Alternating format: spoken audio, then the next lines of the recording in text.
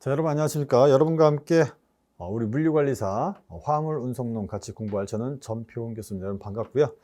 물류관리사 시험 합격하기 위해서 많은 분들이 시도를 하고 계시죠. 최근에 9,000명, 10,000명 되는 분들이 시험에 응시를 하고 계십니다. 그렇지만 그 중에서도 또 많은 숫자는 또 떨어지고 또 공부 열심히 하시는 분들은 붙죠. 그래서 이제 우리가 5과목에 대해서 이제 평균 60점 이상, 과락 없이 평균 60점 이상이면은 물류관리사 시험을 합격하시죠. 그래서 그 중에서도 여러분들이 이제 빠른 시간 내에 전략적으로 이제 공부를 하셔야, 이거 맨날 여기만 매달릴 수 없으니까 여러분들께서는 전략적으로 공부하는 요령이 상당히 중요하다. 그런 의미에서 강의를 들으신다라고 생각을 합니다. 그래서 제가 여러분들이 조금이라도 빨리 합격할 수 있도록 특히 화물운송론 관련돼서 여러분들한테 실수가 없도록, 빠지는 부분이 없도록 한번 공부를 같이 해보도록 하겠습니다. 저랑 같이 이제 공부할 화물운송론은 첫 번째 시간에 보는 과목이죠. 이제 두 번째 이제 되어 있는데, 첫 번째 시간에는 물류관리론, 그 다음에 화물운송론, 국제물류론 이렇게 시험을 봅니다. 그 중에서도 특히나 화물운송론은 상당히 고득점 과목이죠. 여러분들이 합격을 하기 위해서는 반드시 화물운송론은 80점에서 90점 정도 맞아주셔야 된다. 때에 따라서 100점 맞는 분들도 나온다라는 거죠.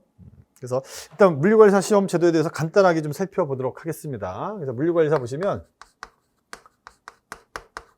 여러분들이 저보다 훨씬 더 잘 아시겠죠? 1년의 시험은 한 번 보게 돼 있어요. 한 번. 1년에 한 번 7월 달에 보기 때문에 1년에 2번 보면 훨씬 더 좋겠지만 한 번밖에 안 본다라는 거. 기회가 단 한 번이에요. only one이죠. 7월에 시험을 보고 과목은 5과목으로 구성이 되어 있어요. 1교시, 2교시 이렇게 보죠. 그래서 1교시에 보면 물류관리론 이렇게 봅니다. 상당히 기본적인 과목이라고 볼 수가 있겠고요. 두 번째는 화물운송론.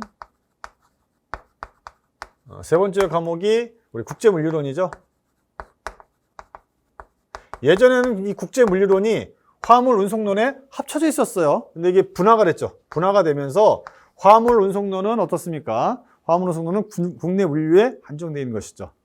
그 다음에 국제물류론은 국제물류에 그죠, 특화된 부분이라고 볼 수가 있는데, 하지만 얘네들은 상호 왔다 갔다 하면서 출제가 된다라는 거죠. 화물운송론이 국내 물류만 하려고 하지만 출제위원들은 어떻습니까? 국제물류도 같이 낸다라는 거예요. 그래서 화물운송론 보면 기본적으로 운송의 기초 부분도 있고요. 플러스 수배송 합리화 부분. 수배송의 합리화 부분은 어떻습니까? 이건 화물운송론에 특화된 부분이죠. 또 하나 도로운송 부분, 그렇죠? 도로운송, 특히 화물 자동차 운송. 화물 자동차 운송은 화물 운송론만의 고유한 파트다. 고유한 파트. 여기 상당히 많이 나오죠. 특히 도로 운송, 화물 자동차 운송에서는 10문제 이상 출제가 되고요. 수배송의 합리화도 한 7, 8문제 출제되죠. 이 세 파트만 합쳐도 한 20여 개가 출제된단 말이죠. 나머지가 뭐가 나오냐면 강론 파트로서 철도 운송, 그 다음에 항공 운송, 그 다음에 해상 운송, 또 뭐 있어요? 국제, 복합 운송이죠? 네, 국제 물류 관련돼서 국제 운송 파트까지 이렇게 돼 있단 말이죠. 여기서 이제 철도 운송도 어떻습니까? 육상 운송에 해당하는 거죠. 그래서 여기도 화물 운송론만 출제됩니다. 하지만 여기서부터 이 네 가지 파트는 어때요? 얘네들은 국제 물류론에도 출제가 된다는 거죠. 아직까지도 여러 문제가 출제가 되고 있다. 항공운송 보통 3개에서 4개 정도 출제되고요. 해상운송 보통 여기도 3개에서 4개. 많게 나올 때는 여기서 6개까지 출제된 바가 있습니다. 그래서 국제물류론 공부 잘 해놓으시면 항공운송, 해상운송 다 먹고 들어가는 거죠. 플러스 복합운송, 그 다음에 국제 관련된 운송. 특히 랜드 브릿지 이런 것들도 잘 나오기 때문에 어디에서 뭐가 나올지 모르죠. 그래서 얘네들은 상당히 중첩적으로 출제가 되기 때문에 여러분들한테 매우 좋다. 이게 1교시 내용이에요. 특히 우리는 여기서 화물운송론에 집중을 해주셔야 된다. 물론 이제 물류 관련도 출제가 좀 쉽게 되는 편이죠. 점수가 좀 잘 나와요. 근데 상당히 포괄적이다. 거기에 비해서 화물운송론은 집중적으로 나오는 파트들이 있다는 거죠. 그래서 고득점 과목이라는 거, 일단 고득점이죠. 고득점. 이게 매우 중요한 요소다. 여러분들은 꼭 저 부분에 집중을 좀 해주셔야 된다. 자, 2교시 가면 보관하역 있죠? 또 하나는 여러분들이 제일 어려워하는 과목, 우리 짧은 시간 내에 법을 공부하는 게 그렇게 어렵단 말이죠. 물류 관련 법규가 있어요. 이 물류 관련 법규도 이제 저랑 공부를 하실 건데, 이게 뭐 가장 사람 잡는 거 아니겠습니까? 짧은 시간 안에, 그죠? 제한된 시간 안에 법의 체계를 이해하고 또 암기가 또 이루어져야 되기 때문에 상당히 어려워들 합니다. 하지만 이 또한 극복할 수 있다. 대부분 여기 점수가 잘 안 나와요. 면과락 작전하지만 면과락할 필요도 없어요. 이것도 공부하시면 나오는 부분이 집중적으로 나온다. 우리 파레토 법칙이라고 있어요. 파레토 법칙. 파레토 법칙이라고 해서 20대 80 법칙이라는 게 있죠.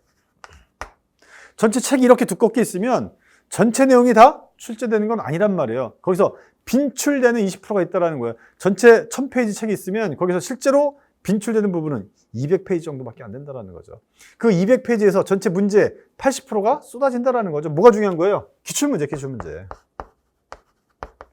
그래서 여러분들은 마르고 닳도록 기출문제를 복습하시고 문제를 푸시고 시험 막바지에 이거 가지고 정리를 하셔야 돼요. 제가 여러분들과 함께 이 책을 공부를 할 건데 이 책의 전체 내용이 다 시험에 나오느냐? 그렇지 않다라는 거죠.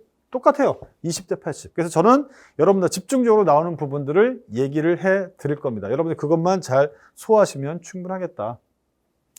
그래서 이 화물운송론, 이 물류 관련 법규가 점수가 잘 안 나오기 때문에 여러분들은 어느 과목인가는 고득점을 해야 된다는 거죠. 특히 이 중에서 화물 운송 파트가 고득점 과목이라는 거 다시 한번 강조 드리겠습니다.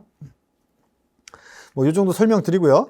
본격적으로 이제 우리 들어가기 전에 책이 앞에 부분에 보면 출제 경향 및 수험 대책이라는 부분이 있어요. 그래서 출제 경향 보면 일반적으로 재화가 생산되는 장소와 생산되는 장소, 그 다음에 소비되는 장소 간에는 멀리 떨어져 있다라는 거죠. 그러니까 이제 이런 거예요. 생산지가 있고요. 그렇죠? 소비지가 있어요. 얘네들이 가까우면 좋은데 이게 상당히 멀리 떨어져 있다라는 거죠. 이거를 연결시켜주는 매개체가 있어요. 연결해주는 매개체를 우리는 유통이라고 그러죠. 디스트리뷰션이라고 합니다. 이 유통은 또 상당히 큰 개념이에요. 우리가 보면 유통이라는 개념은 두 가지로 나눠지죠. 하나는 상적 유통이라는 개념이 있고, 여러분들이 아마 물류관리론에서 공부를 하셨거나 앞으로 하셔야 될 내용이죠. 상적 유통, 줄여서 상류라고 그래요. 상류. 또 하나는 물적 유통이라는 게 있죠. 피지컬 디스트리뷰션이라고 해서 이걸 물류라고 그래요. 물류. 상적 유통, 물적 유통 상당히 생소한 단어죠. 왜? 이거 일본식 용어이기 때문에 그래요. 일본 애들이 무슨 적, 뭐 객관적, 주관적 다 일본식 표현이에요, 이게. 여하튼 상적 유통, 물적 유통 이걸 상류라고 하고, 이 상류는 우리 소유권 이전 행위라고 그래요. 소유권과 이전되는 것들, 그렇죠? 매매라든가 뭐 중개라든가 뭐 무역이라든가 이런 것들 얘기하는 것이고요. 물류, 그렇죠? 물적 유통 대표적인 게 운송, 보관, 하역 이렇게 돼 있잖아요. 그죠? 여러분들은 저랑 이거 공부하는 거잖아요. 보관 하역론에선 이거 공부하는 거고요. 그죠? 가장 중요하다. 운송은 가장 물류의 기본이 되고, 운송, 보관, 하역 얘네들 세 가지를 우리는 합쳐서 뭐라 그래요? 물류의 3대 기능이라고 한다란 말이죠. 그래서 여러분들은 요거 유통을 공부를 하실 건데, 이 유통 크게 보면 상적 유통, 물적 유통, 그 중에서 우리는 이거를 집중적으로 공부한다. 이 물적 유통 중에서 특히 운송, 보관, 하역, 특히 우리는 그렇죠, 화물 운송론을 공부를 할 것이다. 그래서 생산지와 소비지가 멀리 떨어져 있기 때문에 이 연결을 해주는 매개체 역할, 그게 바로 운송, 보관, 하역이다. 이거 우리는 집중적으로 공부를 하겠다. 그래서 운송수단들을 여러 가지 공부를 할 겁니다. 육상 운송수단, 해상 운송수단, 항공, 얘네들이 둘 이상 합쳐져 있는 복합 운송. 이게 국제적으로 가면 국제물류 복합이 되겠죠. 자, 그 정도 보시면 되겠고요. 자, 2번 보면 수험 대책이 있어요. 그래서 16가지 중요한 사항들을 제가 정리를 해놨습니다.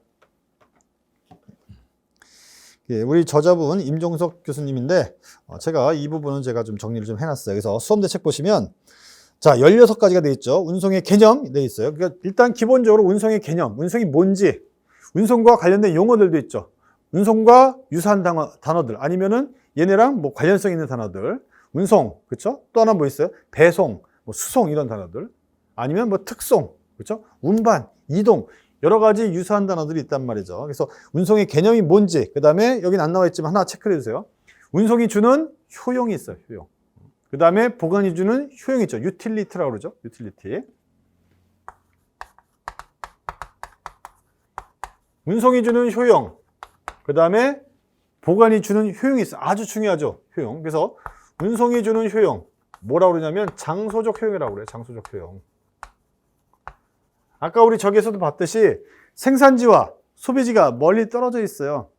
그 갭을, 그 격차를 해소시켜 주는 것. 뭐요? 이거죠. 운송이죠. 운송. 장소가 멀리 떨어져 있는 것을 해소시켜 주는 것. 이게 바로 운송이다. 또 하나 시간적인 거죠. 시간적인 거. 우리는 그걸 갖다가 보관이라고 그래요. 보관. 보관은 시간적인 효용을 발생시켜줘요. 보관을 통해서 지금 당장 필요하진 않지만 미래의 어느 시점에는 그 물건이 필요하단 말이죠. 그거를 보관해주는 기능을 한단 말이죠. 스토리지죠, 스토리지. 그래서 운송, 보관, 하역은 이것도 시험에 나왔어요. 하역은 별도의 효용을 발생시키진 않는다. 또 이거 말고 유통 가공 같은 것도 있어요. 유통 가공. 유통 가공 같은 경우는 어떤 효용? 이건 형태적인 효용. 형태적인 효용도 발생시켜준다. 그래서 이 물류와 관련된 효용이라는 단어도 매우 중요하다. 그래서 동그라미 1번의 운송의 개념, 그 다음에 운송 수단별 특징 및 비교, 그 앞에 하나 효용에 대해서도 하나 써주시고요. 또 하나는 운송의 특징 이런 것들도 중요하고, 그 다음에 운송 수단별 특징 및 비교, 이거는 매년 나오는 거예요. 운송 수단, 육상, 해상, 항공, 국제물류 복합 운송 관련돼서 얘네들마다 특징이 있다라는 거죠. 그거는 100% 출제가 된다. 그래서 동그라미 2번 보면 운송 시장의 환경 변화, 그 다음에 대응 방안, 그렇죠? 운송 시장의 환경이 많이 변화하고 있어요. 글로벌 시장, 글로벌화 되고 있고요. 그 다음에 상당히 속도가 빨라지고 있고요. 그 다음에 통합적으로 운영이 되고 있다라는 사실. 그 다음에 운송 시장도 어때요? 이커머스 때문에 또 그렇죠? 택배라든가 이런 것들도 엄청 활성화되고 있다라는 사실이죠. 그래서 운송 시장이 많이 변화하고 있다. 그 다음에 또 하나 중요한 것은 물류 보안에 관련된 사항들도 중요하고요. 또 하나 최근 친환경적인 물류 때문에 또 발생하는 것들, 파리 협약이라든가 이런 것들도 중요하다. 그 다음에 운송의 합리화 이런 것들도 중요하고요. 자, 동그라미 3번 보면 수배송 시스템, 그 다음에 공동 수배송, 물류 네트워크 이런 내용들 나와 있고, 동그라미 4번 보면 운행관리 및 화물 정보 시스템 나와 있는데, 이것도 매우 중요하다. 우리가 지금 하고 있는 내용은 전체 내용을 시작하기 전에, 우리가 초반 내용을 시작하기 전에 중요한 게 뭔지, 물론 들어도 지금 잘 모를 수도 있어요. 하지만 이거를 여러분들이 한 번쯤은 듣고 가셔야 전체 내용을 할 때, 이게 어느 파트에서 이게 중요하구나, 안 중요하구나, 이걸 구분할 수 있다는 거죠. 다시 한번 보면 동그라미 3번에 수배송 시스템이라는 게 있어요. 수배송 시스템. 여기 관련돼서는 두 가지가 중요합니다. 수배송 네트워크라는 게 있죠. 네트워크 모형, 요거 시험에 잘 나오죠. 무조건 출제가 됩니다. 무조건. 문제 수가 중요한 거죠. 최단거리 계산하는 거 무조건 출제되죠. 무조건 출제됩니다. 또 하나, 최대 수송량 계획.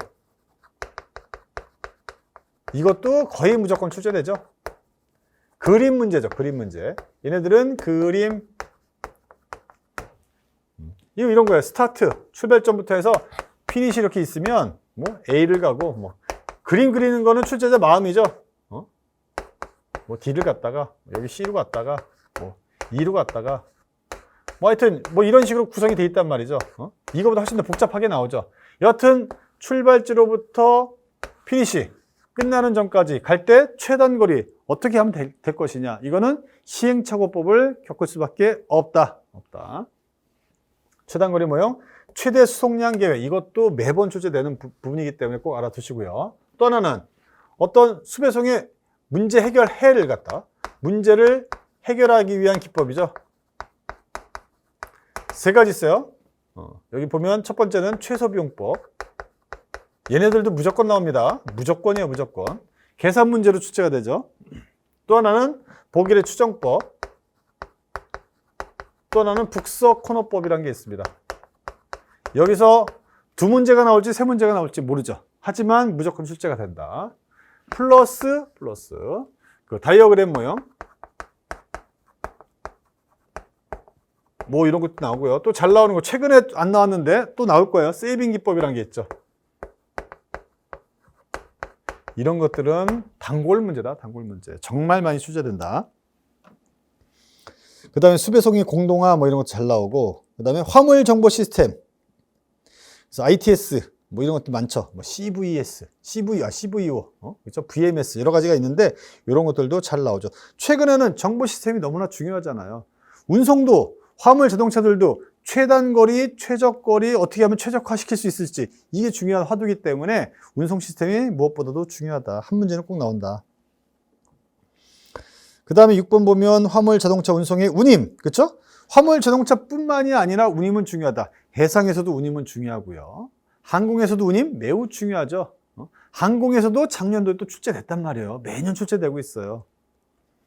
그래서 화물뿐만이 아니라 해상, 항공, 철도 모두 다 운임은 중요하다. 운임의 종류들이 많기 때문에.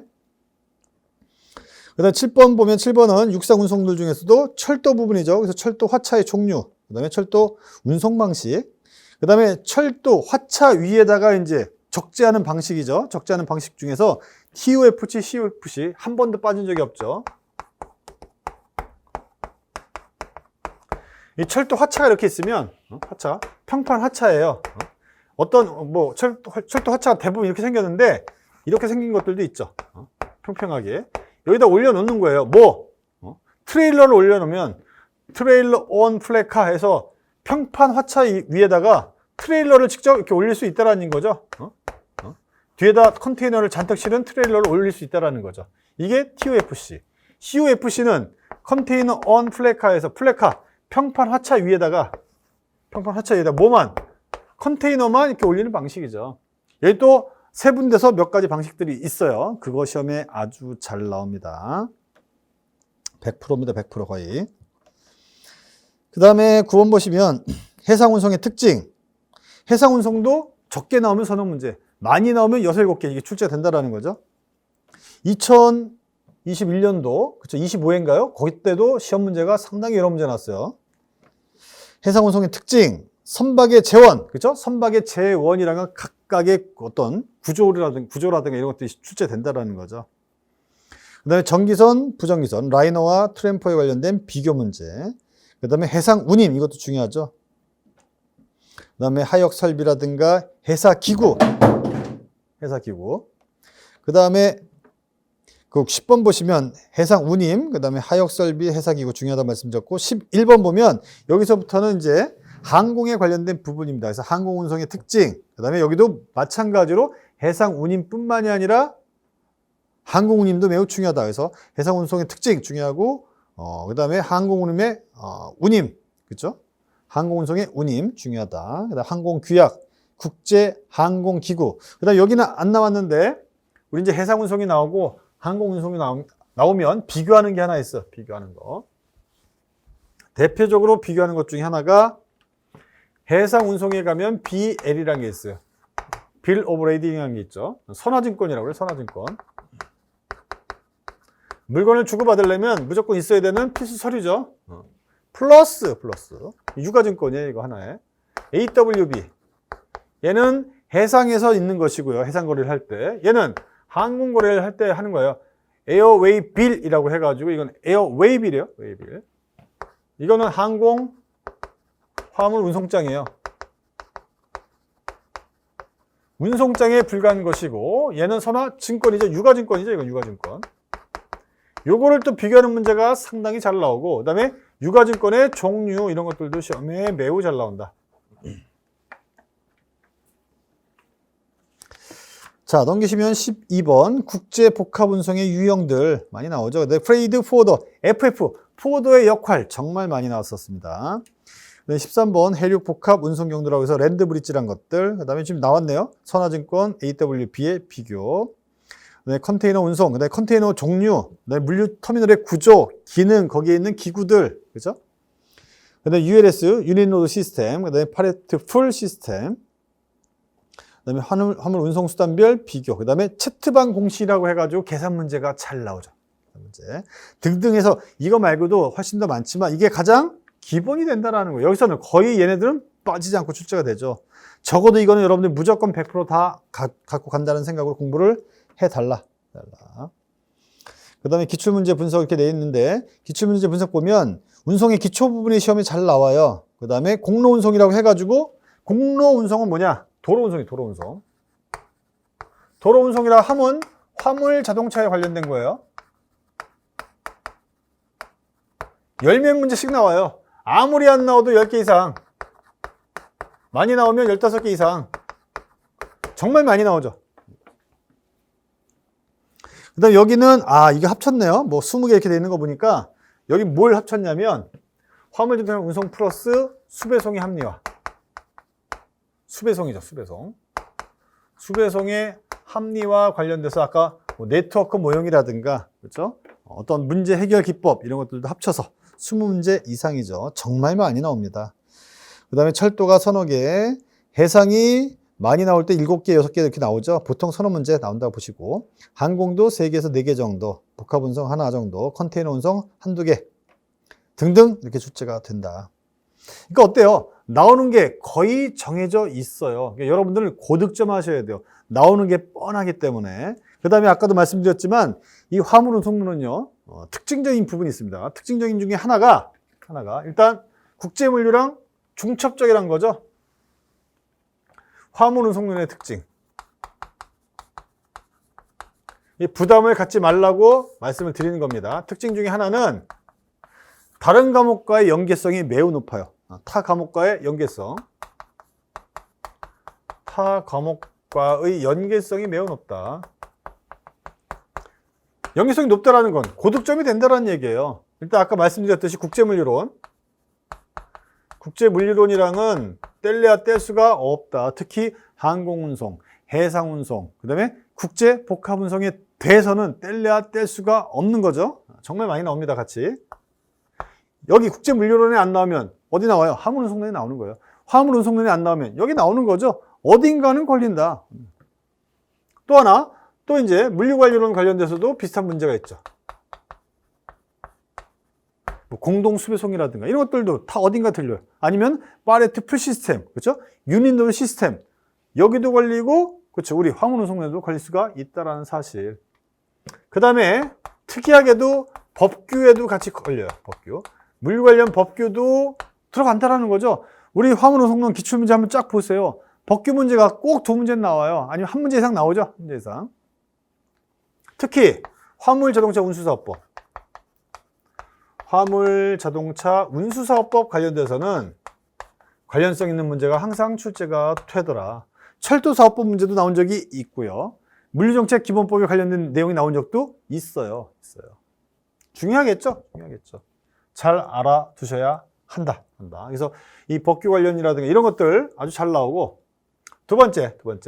법규 관련해 하나 더 말씀드리면, 자, 화물 운송론 관련해 가지고 여기 화물 자동차 운송 관련된 내용을 보면 어떤 게 나오냐면, 거기도 법규 관련된 내용이 나와요. 어떤 게 나오냐면 택배 표준 약관이라는 게 있어요. 표준 약관이라고 해서 행정규칙에 해당하는 건데요. 이거에 관련된 문제가 무조건 2개 이상 나오죠. 많을 땐 3개 이렇게 나옵니다. 요거는 법점은 20 몇 개 되는데 그것만 아시면 돼요. 그러면 거기서 다 나온다. 몇 개 주면 되지도 않고요. 나오는 애들이 거기서도 정해져 있어요. 손해배상이라든가 뭐 유치권이라든가 맨날 나오는 애들 있죠.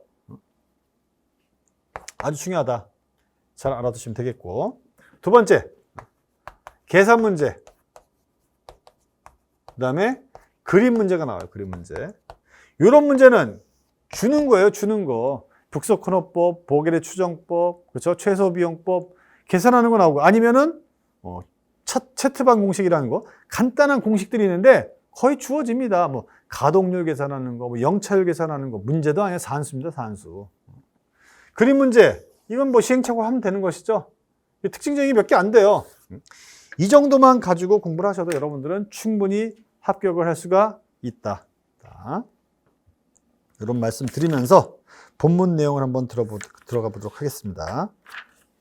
자, 3페이지 한번 가보죠. 3페이지. 이번 첫 번째 시간은 기본적인 오리엔테이션 내지 운송의 기초, 그렇죠? 개념에 대해서만 좀 잡고 넘어가도록 하겠습니다. 자, 3페이지 가면 운송의 개념 이렇게 나와 있죠? 개념. 그래서 운송의 개념에서 뭐 예전에도 출제가 됐고요. 이제 우리가 운송이란 단어가 어디 처음 나오냐면 이 법규에 나와요. 법규. 물류정책 기본법이란 법에 보면 운송이란 단어가 나온단 말이죠. 자, 물류정책 기본법 제2조 1호예요. 여러분들 법규도 아까 관련성이 있다고 했죠. 화물자동차 운수사업법, 물류정책 기본법, 철도사업법, 법규랑도 관련성이 매우 높다. 그 중에서 첫 번째 물류정책 기본법에 보면 여러분들은 그래서 제가 법규도 가르치기 때문에 법규와 화물운송론을 같이 연계해서 공부하는 부분은 상당히 시너지가 있겠죠. 예, 제2조예요. 제2조. 제2조는 용어의 정의죠. 용어의 정의. 제2조 1호가 있어요. 제1호. 제1호가 뭐냐면 물류의 정의. 물류란 로지스틱스. 물류란 해서 물류의 정의가 나온단 말이죠. 물류란 주어가 재화예요. 재화가 그죠? 재화가 공급자로부터 조달 생산되어 수요자한테 전달되거나 소비자로부터 회수되어 폐기될 때까지 이루어지는 운송, 보관, 하역 등과 이 중요한 단어가 나오죠. 운송, 보관, 하역.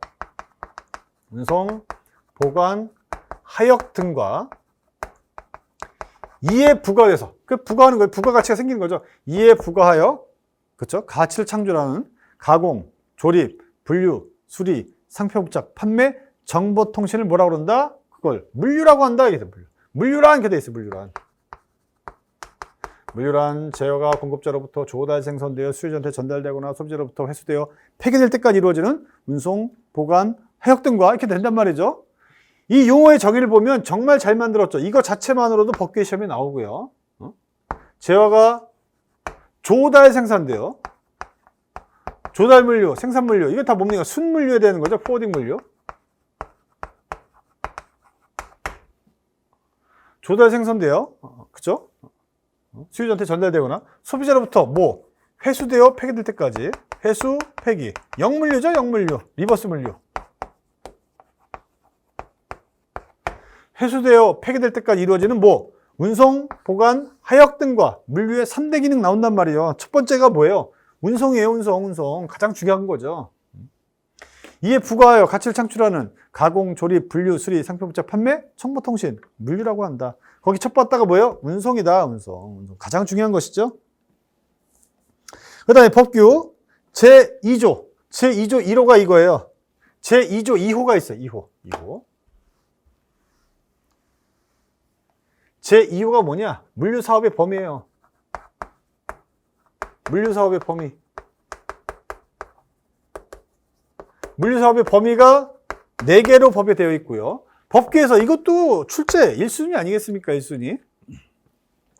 그래서 화물운송업, 물류시설 운영업, 물류서비스업, 종합물류서비스업 있단 말이죠. 그 중에 첫 번째가 뭐예요? 화물운송업이에요. 첫 번째가 화물운송업.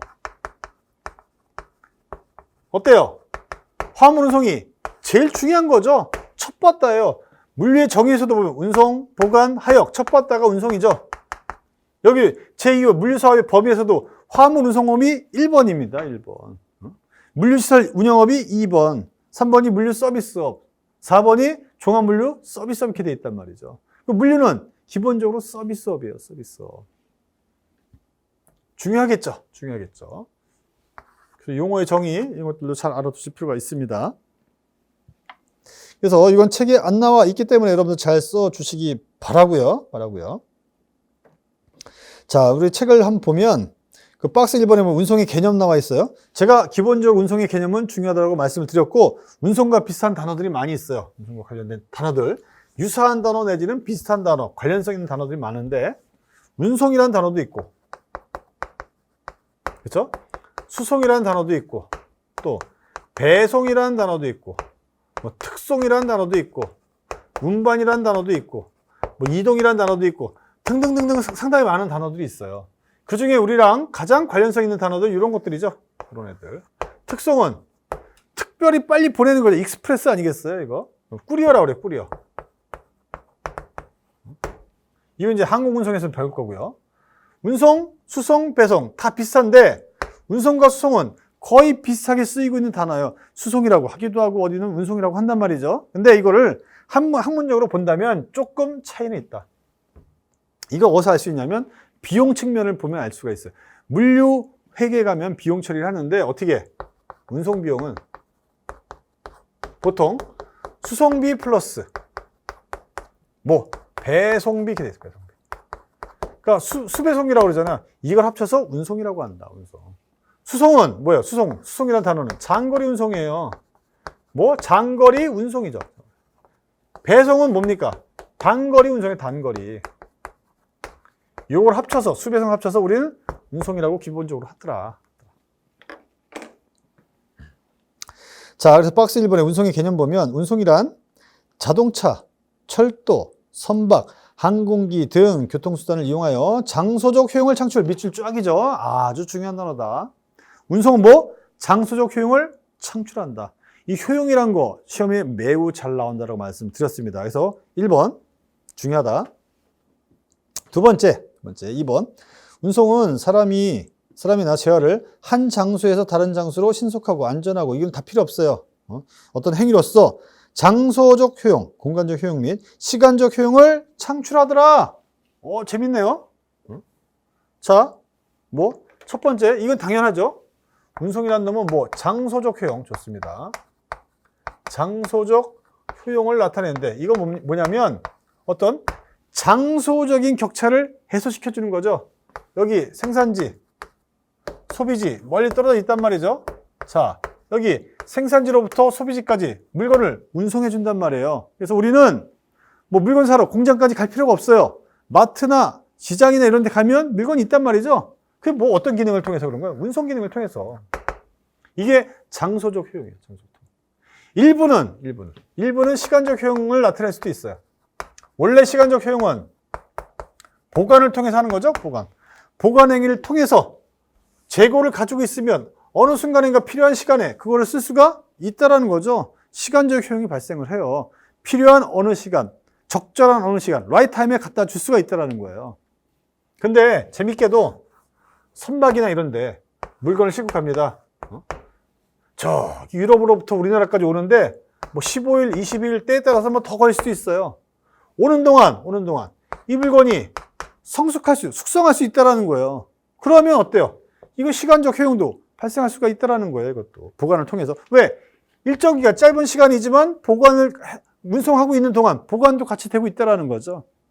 그래서 일부 시간적 효용도 창출할 수가 있다.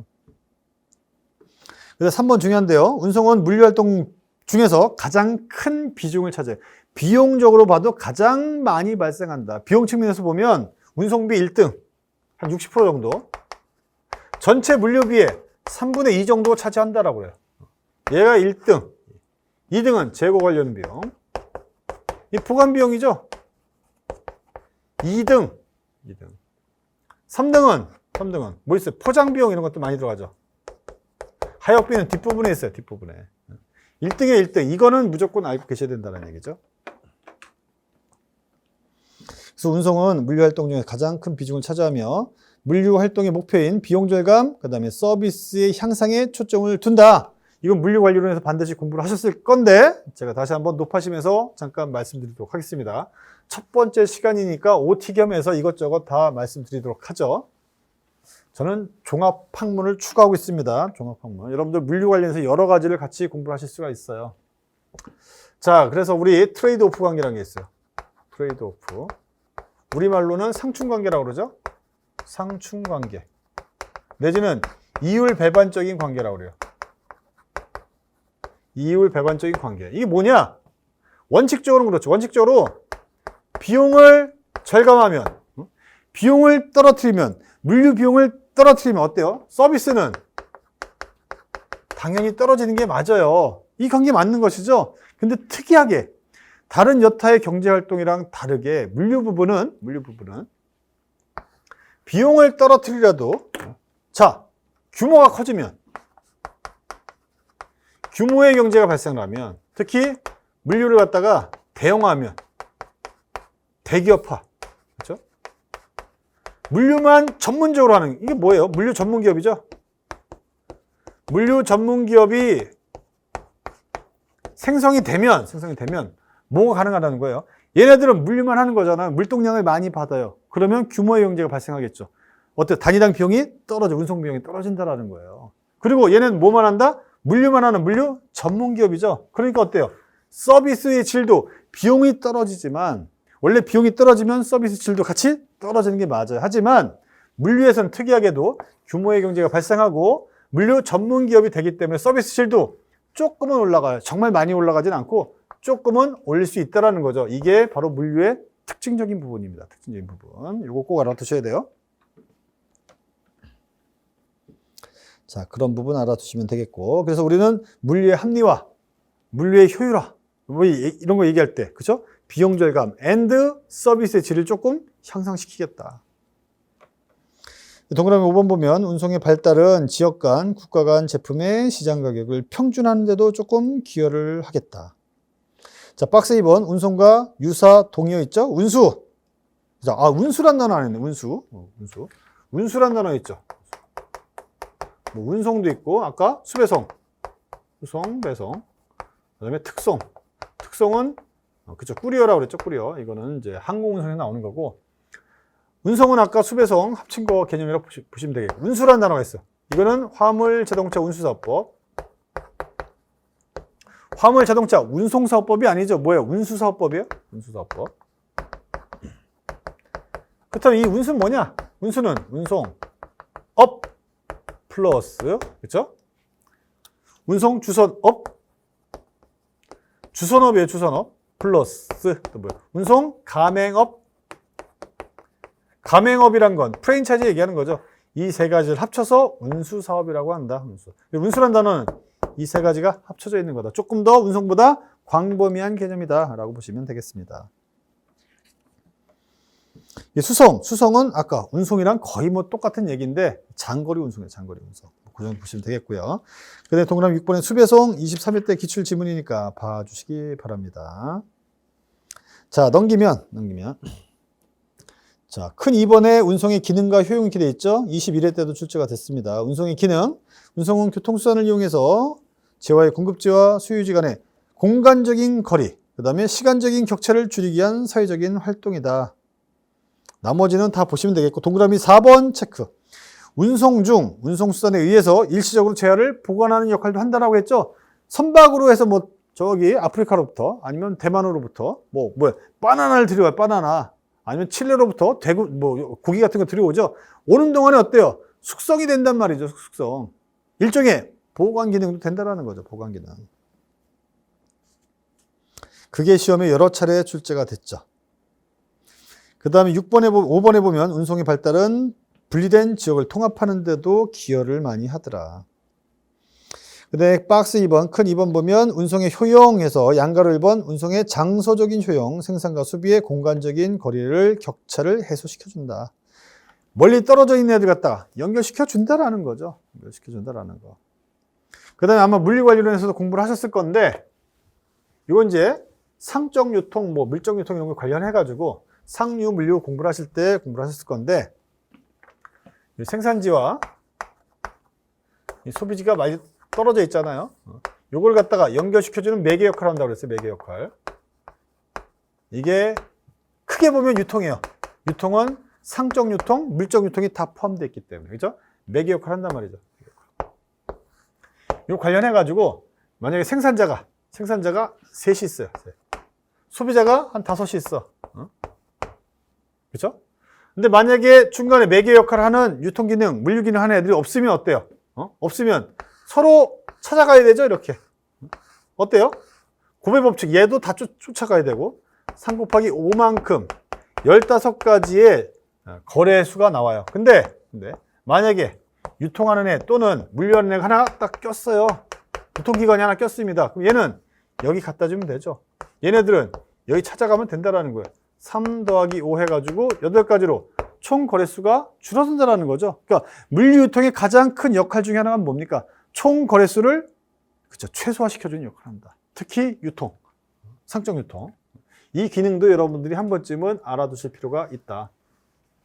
그래서 총 거래수를 최소화시켜주는 역할, 총 거래수를 최소화시켜준다는 건 뭐죠? 비용을 절감하겠다. 사회 전체적인 비용을 줄여주는 역할을 한다. 상당히 큰 역할이죠. 그래서 양가로 1번에 운송의 장소적인 효용 보면 분업화, 범위의 기능 및 확대, 집중 분산화, 쭉쭉 있죠. 한번 보시고요. 자, 양가로 2번. 운송의 시간적 효용, 생산과 소비의 시간적 격차를 조정해 주더라. 그래서 운송의 시간적 효용도 발생을 시켜준다라고 말씀드렸죠? 선박이 이렇게 가면서 보관행위도 같이 해준다라는 거. 이 동그라미 2번 한번 보세요. 고객이 원하는 시간과 장소까지 신속 정확하게 운송 서비스가 제공되는 정도에 따라서 시간적인 효용도 창출을 해준다. 그래서 정확한 시간, 신속한 시간. 너무 빨리 가도 안 돼. 물류라는 건 가장 중요한 건 뭐냐면 right. 영어로는 이렇게 쓰죠. right. 너무 빠른 거, 스피디한 거, 너무 빠른 것도 안 좋아요. 적시에 갖다 주는 게 제일 좋죠. right time. 우리는 유식한 말로 적시성이라고 그래요. 이게 가장 중요한 거예요. 특히 국제물류 관련돼서는 너무 빨리 가면 대기 비용이 많이 들어요. 대기 시간이 많이 든단 말이죠. 그것도 다 돈이죠. 자, 그 정도. 자, 큰 3번 보면 운송의 3대 요소에서 자, 이거는 노드, 모드, 링크라는 게 있어요. 노드, 모드, 링크. 노드는 운송 연결점. 자, 한번 운송의 3대 요소죠. 운송의 3요소. 우린 첫 번째 시간이니까 간략하게 기초적인 지식, 그다음에 용어적인 것들. 이게 공부라는 것은 책을 우리가 한글을 못 읽어서 공부를 못하는 게 아니라 용어를 해석하지 못해서, 용어를 정확하게 알지 못해서 그런 거죠. 용어의 정의가 중요해요. 노드란 게 있고, 모드란 게 있고, 또 링크란 게 있어요. 얘는 연결점이에요, 연결점. 연결하는 애들이죠? 모드는 이거 운송수단이죠. 링크는 연결점을, 이게 뭐야? 연결한 거예요, 연결점들을 이렇게 연결한 것이죠. 이게 링크라고 그래요, 링크. 각 지역이 있으면 물류센터에 이렇게 하나씩 있어요. 이게 뭐예요, 이게? 연결점이야. 아니면 항구가 이렇게 있어. 여기도 항구가 하나 있고, 여기도 항구 있어요. 이거 뭐야? 아니면 여기도 어떤 철도역이라든가 뭐 이런 게 있어요. 얘네들을 하나하나 뭡니까? 이게 연결점이죠, 연결점. 노드예요, 노드. 근데 이걸 연결하면 어떤 노선이 되잖아요. 그걸 우린 뭐라고 그런다? 링크. 노선이라고, 노선. 모드는 운송수단. 그래서 우리는 모달 시프트라는 걸 공부를 할 거예요. 운송수단의 전환이라고 하고요. 이 모달 시프트라는 단어는 친환경 물류에서 매우 중요한 거다. 최근에 경유차 이용 때문에 미세먼지라든가 탄소 배출이라든가 환경 오염이라든가 큰 문제가 나오고 있죠. 그래서 탄소 배출을 줄이자. 그렇죠? 그런 의미에서 탄소 저감 장치가 지금 많이 활용되고 있습니다. 그래서 이 모달 시프트라 함은 친환경 수단으로 전환시키는 거죠. 예전에 경유차에서 경유차가 아닌 애들, 선박이라든가 철도라든가 아니면 저감 장치를 다른 화물 자동차로 바꾸는 거, 이게 바로 모달 시프트다. 이게 모드죠, 이게 모드. 이거는 명사형이고 모달. 이건 형용사형이 되겠죠. 그래서 이게 뭐야? 운송수단의 전환, 그렇죠? 탄소 배출을 많이 하는 거에서 하지 않는 걸로 전환시키겠다. 친환경 물류다. 자, 넘기면 그런 내용이 있죠. 핵심 포인트 보면 모달 시프트. 그래서 이것도 시험에 나온 적이 있고요. 지금 이거를 바로 말씀드린 겁니다. 그 다음 이 모달 시프트 관련된 거, 환경 친화적인 물류 관련돼서는 물류정책 기본법에서도 나오고 있는 아주 중요한 내용이기 때문에 같이 알아두시면 좋겠습니다. 그래서 법규랑 화물운송이랑 왔다 갔다 하시면서 공부하시면 훨씬 더 효율적이라는 말씀 드리면서 이번 시간 마무리하도록 하죠. 여러분 이번 시간 수고 많으셨습니다. 감사합니다.